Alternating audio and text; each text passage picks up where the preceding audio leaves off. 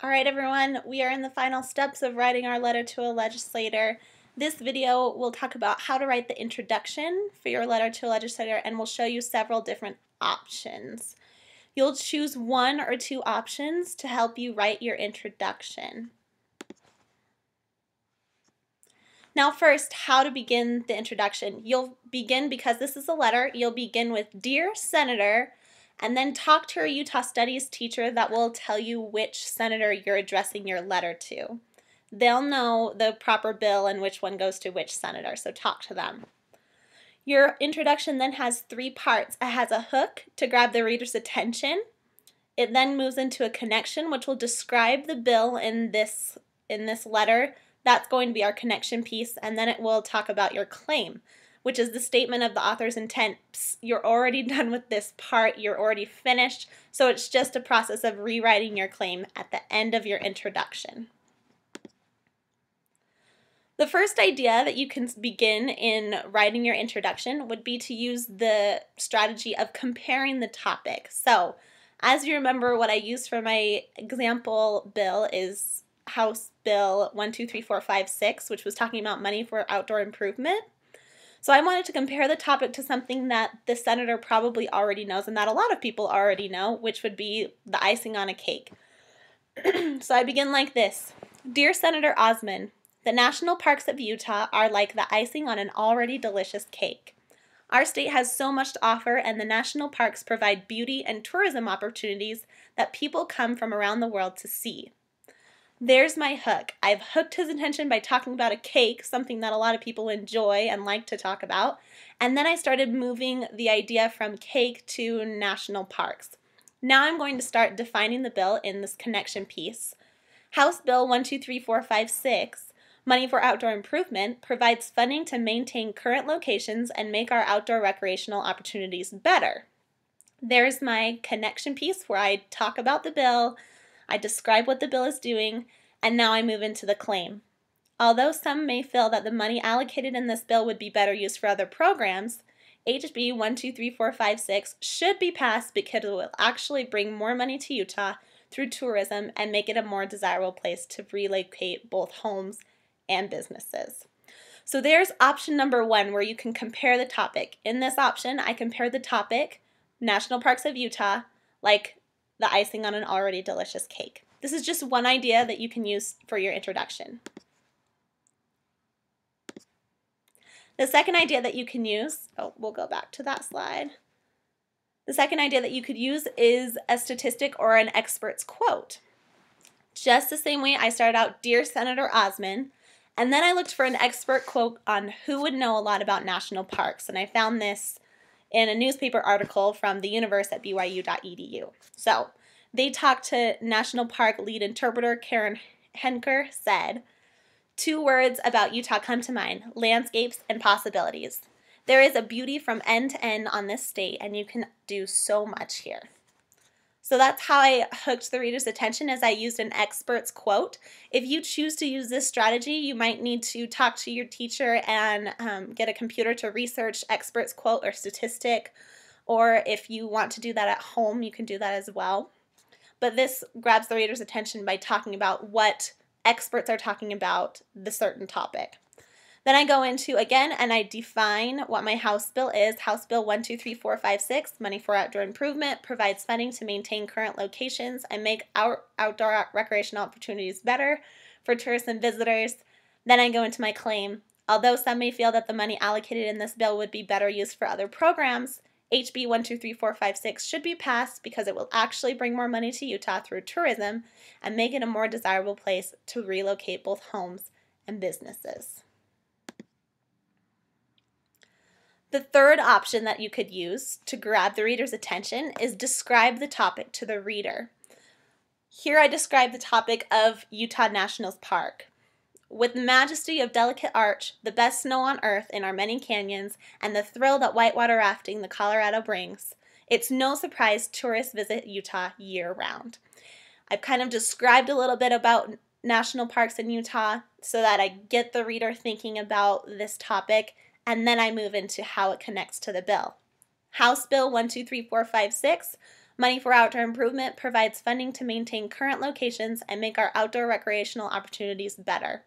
Then I move into my claim. Although some may feel that the money allocated for this bill would be better used for other programs, HB 123456 should be passed because it will actually bring more money to Utah through tourism and make it a more desirable place to relocate both homes and businesses.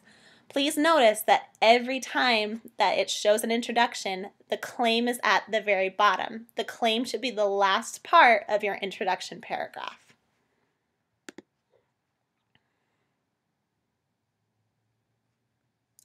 Two more ways that you can hook your reader or grab your reader's attention. One way is to personalize the topic. This I start by saying imagine, and I start by putting the reader into these national parks. So imagine skiing down the canyons with nothing but untouched snow to see for miles, or hiking the peaks of Zion National Park. The beauty of these sites is enough to take your breath away. So I've kind of grabbed the reader's attention by saying, imagine this, imagine how it would be, and then I move into the bill. I talk about the bill, House Bill 123456, talk about how it would help maintain locations and make our outdoor or recreational opportunities better, and then I move into my claim found at the very bottom of the paragraph. This is the fourth option that you can use to grab your reader's attention, personalizing the topic. The last option that you may use in grabbing the reader's attention is to define the topic. Defining the topic means finding a dictionary or an online search of what that topic actually means. So I researched the term adventurer, and I start by saying, an adventurer is defined as someone who enjoys or seeks adventure. Utah holds many opportunities for adventurers and thrill seekers with the natural beauties of Utah's national parks. I grab the reader's attention by talking about adventurers or thrill seekers. Then I go through to define the bill, saying House Bill 123456, money for outdoor improvement provides funding to maintain current locations and make our outdoor and recreational opportunities better for tourists and visitors. And then I move into my claim. Although some may feel that this money allocated in this bill would be better used for other programs, HB 123456 should be passed because it will actually bring more money to Utah through tourism and make it a more desirable place to relocate both homes and businesses. So those are 5 ways that you can grab your reader's attention: personalizing the topic, defining the topic, using a quote or an expert's quote or a statistic, comparing the topic to something that the reader already knows, and also defining the topic. For grading purposes, this is the rubric on which you'll be graded. You'll see this at the top of your assignment when your Utah Studies teacher passes this out. Notice that in order to get a 4, you need to use all of the following, which is a hook of original combination of 2 of the methods we talked in class. So that would be combining 2 of the methods, 2 of the strategies, and I'll show you an example of that we talked about in class using this video. It will then have a connection sentence from the hook to the claim, and then it'll end with your claim. Then following after that are the different ways in which you'll be graded. So make sure that you check those out on the top of your page before you start your assignment. Here's a combination hook using 2 of the methods in which you'll have to do if you want to get a 4, if you want an A for this project. You'll need to combine 2 of the methods that we talked about in class. So here's a combination hook. Dear Senator Osmond, Arches National Park lead interpreter Karen Henker said, 2 words about Utah come to mind: landscapes and possibilities. There is beauty from end to end on this state, and you can also do so much here. That's where I use this quote from an expert in the field. Then I move on and I use another method by personalizing the topic, saying, imagine skiing down the canyons with nothing but untouched powder to see for miles, or hiking the peaks of Zion's National Park. The beauty of these sites is enough to take your breath away. So I've combined those 2 methods into one hook.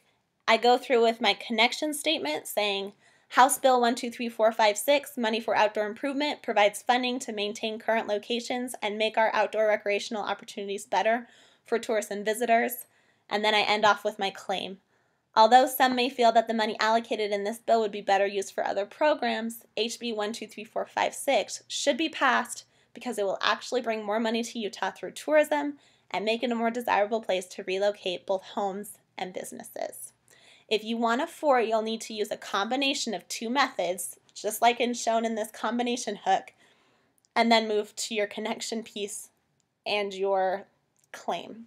I hope that this video has been helpful, and I hope that you can refer back to this video if you find yourself struggling with your introduction paragraph. Also, if you have questions, please make sure that you ask your teacher in class and write the best introduction paragraph that you can. Good luck!